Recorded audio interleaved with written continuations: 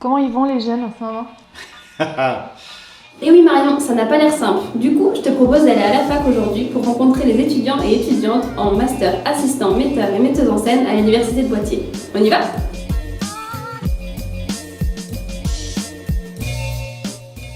Bienvenue à tous sur le vlog de Marie-Amélie, venez avec nous.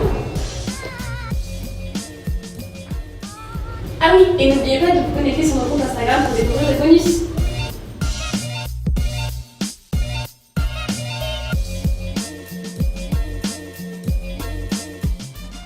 Moi, c'est Célia, et avant d'arriver dans ce master d'assistanat à la mise en scène, j'ai fait une licence de lettres modernes.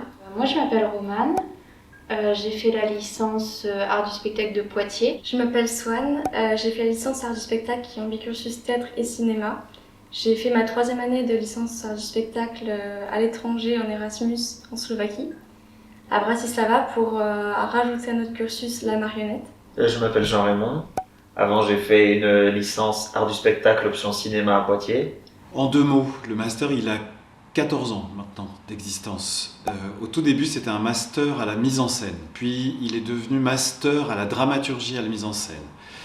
Et puis, à un moment donné, avec Leïla Adam, qui le dirige, on s'est posé la question de comment rentrer dans ce monde du spectacle, dans ce monde de l'art, quand on a 20 ou 25 ans. Finalement, on s'est vite rendu compte que le théâtre répondait plus à des demandes plus vers 30 ans. Et on s'est dit, mais comment, quel est le poste qui permettrait d'être à la fois complètement engagé dans la responsabilité, complètement à l'écoute de tous les postes de la création théâtrale, et en même temps qui permettrait de continuer, d'être presque sur un principe de formation continue. Et on s'est dit, mais l'assistanat est un poste absolument de rêve pour ça. Le master est avant tout créé pour nous donner un bagage théorique mais aussi pratique sur quelle est la place de l'assistant dans une création, comment apprivoiser cette place-là justement. Et ce qui est très riche, c'est l'accumulation justement de ces stages qu'on a tout au long de l'année. C'est ce qui compose la majorité du master. Là, en tout cas, en 2e année, on n'a plus du tout de cours théoriques. Et en première année, on avait, je crois, 2 ou 3 cours théoriques par semestre. Et sinon, ça se compose majoritairement de stages avec des intervenants qui sont metteurs en scène, assistants. On a eu un dramaturge, donc on voit plein de postes différents en fait. Des régisseurs, des scénographes. Et puis l'assistant metteur en scène, c'est aussi la personne qui fait le lien entre les personnes du domaine technique, artistique et administratif. Donc rien que cet aspect-là, on a cette chance et cette richesse de rencontrer un bon nombre de métiers culturels dans ce master. Cette formation, elle est la seule en France à exister.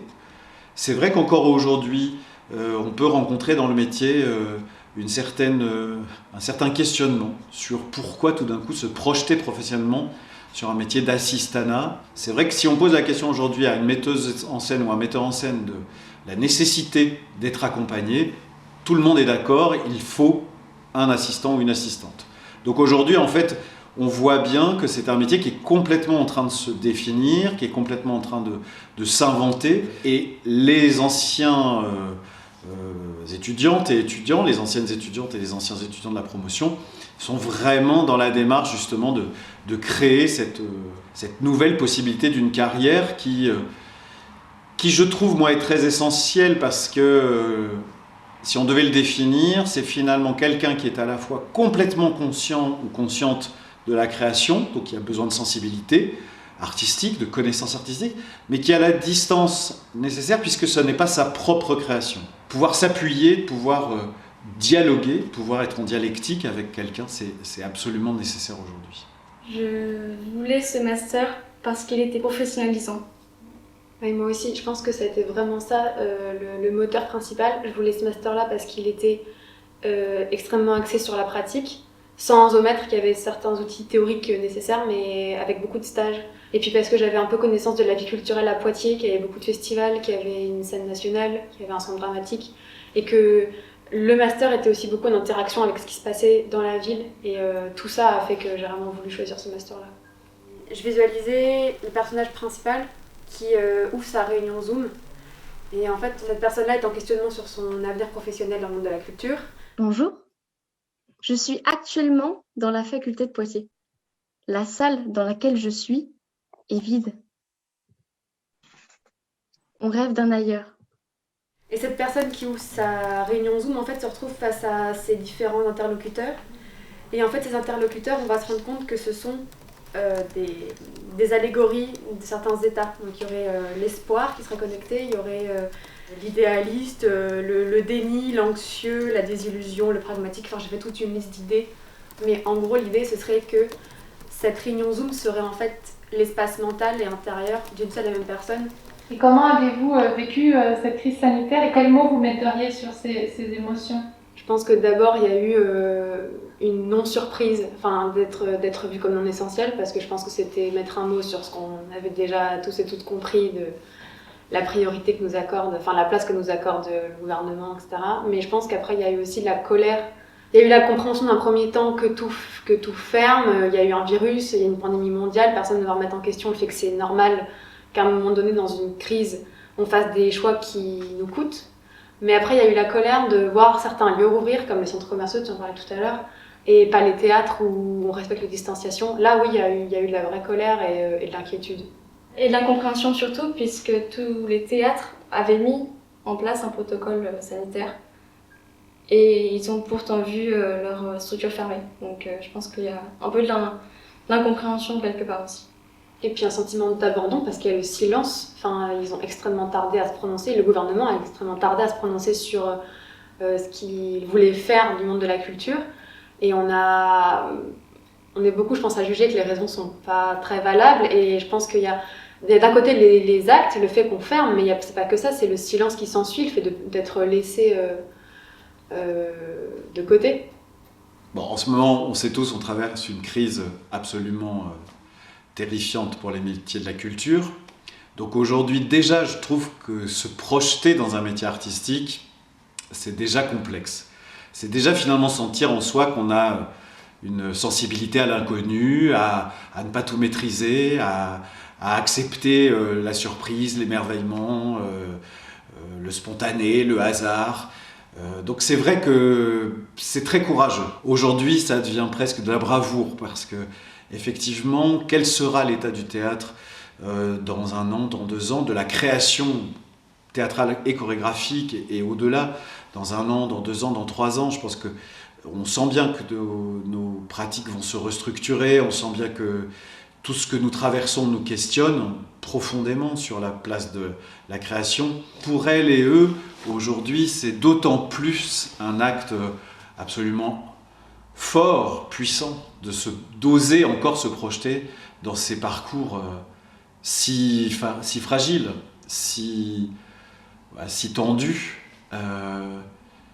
Mais je crois qu'en même temps, le fait de faire ces formations-là leur donne des outils pour traverser l'époque que nous traversons. Et quelles sont vos angoisses justement de se dire, là vous êtes en fin d'études, vous êtes en Master 2, c'est bientôt le début de votre vie professionnelle. Vous êtes confronté à quoi ? Le néant.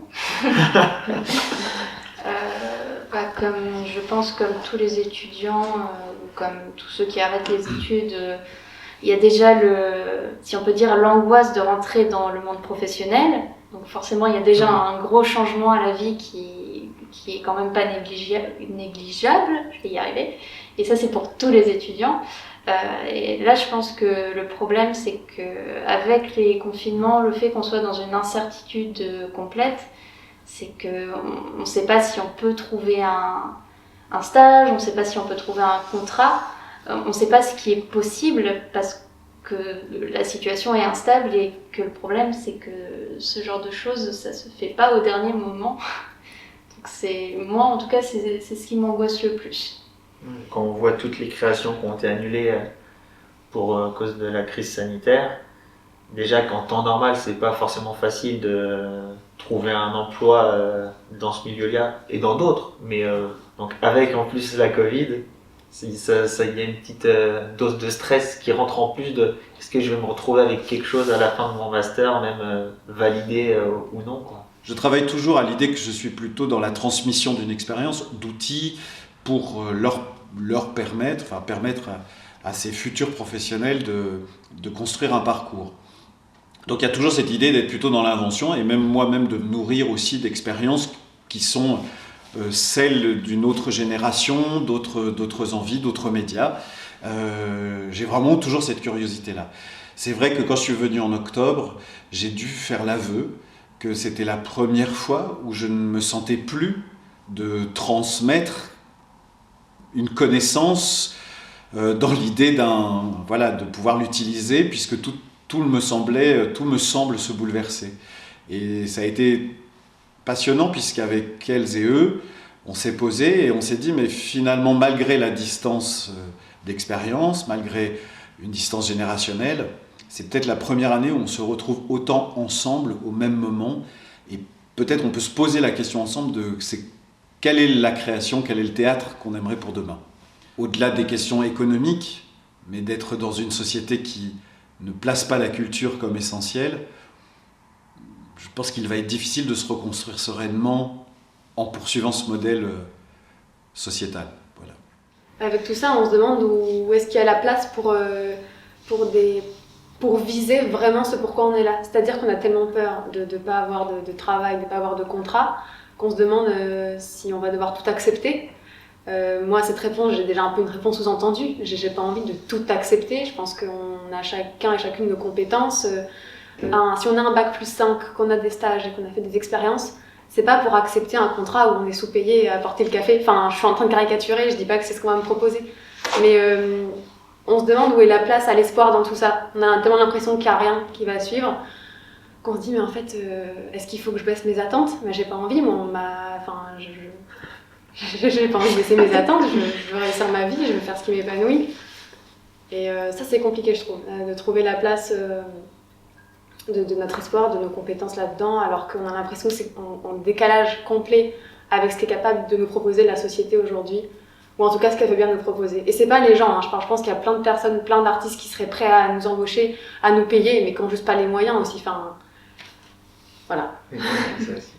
Est-ce que c'est une inquiétude aussi portée par vos familles qui vous ont soutenu et qui vous soutiennent dans le choix de vos études ? Oui. En tout cas pour moi, je sais que c'est aussi une inquiétude parce que de base, c'est vrai que c'est pas un milieu très facile d'y rentrer et d'y faire sa place et d'y rester aussi.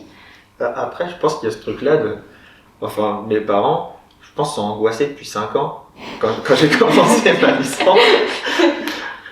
Donc là, peut-être qu'ils soient un peu plus angoissés, ouais, je pense. Après, ils m'ont toujours soutenu et il n'y a pas de souci avec ça, mais je pense que l'angoisse a commencé il y a 5 ans et pas 1, quoi. Peut-être qu'ils disent qu'on est une cause perdue, ils sont habitués. Remarque, nous, on se voit un peu comme ça aussi, je crois. On est un peu angoissés, mais on y va quand même. C'est ça. Merci à tous d'avoir suivi cette vidéo, on espère qu'elle vous a plu et pour nous soutenir, mettez-nous un petit pouce. À la semaine prochaine.